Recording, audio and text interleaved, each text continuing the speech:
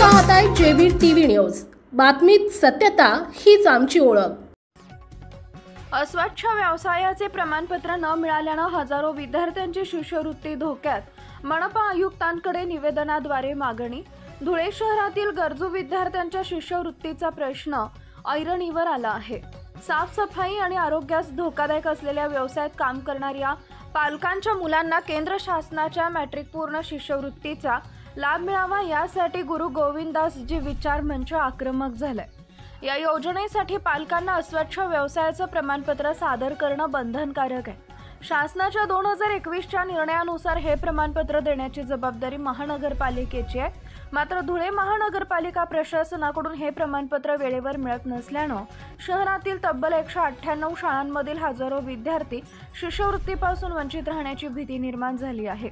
त्यामुळे प्रशासनाने या प्रकरणात तातडीने लक्ष घालून प्रमाणपत्र उपलब्ध करून द्यावे अशी मागणी गुरु रविदासजी विचार मंचने आयुक्त अमिता दगडे पाटील यांना निवेदन देऊन केली आहे, जेणेकरून विद्यार्थी शिष्यवृत्तीसाठी अर्ज करू शकतील।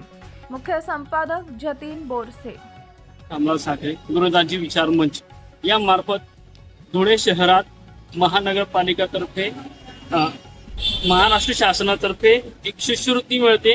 सफाई कामगार व आरोग्यात धोकादायक जे काम करतात पालक त्यांच्या पाल्यांना शिष्यवृत्ती मिळते। त्या शिष्यवृत्ती आता ऑनलाईन प्रोसेस झाल्या कारणाने महापालिका आयुक्त यांची सही शिक्के त्या अर्जामध्ये सही शिक्के घेण्यासाठी शासन निर्णय असूनही इथून आम्हाला सही शिक्के मिळत नाही। त्या कारणाने आम्ही इथं आलो आहोत।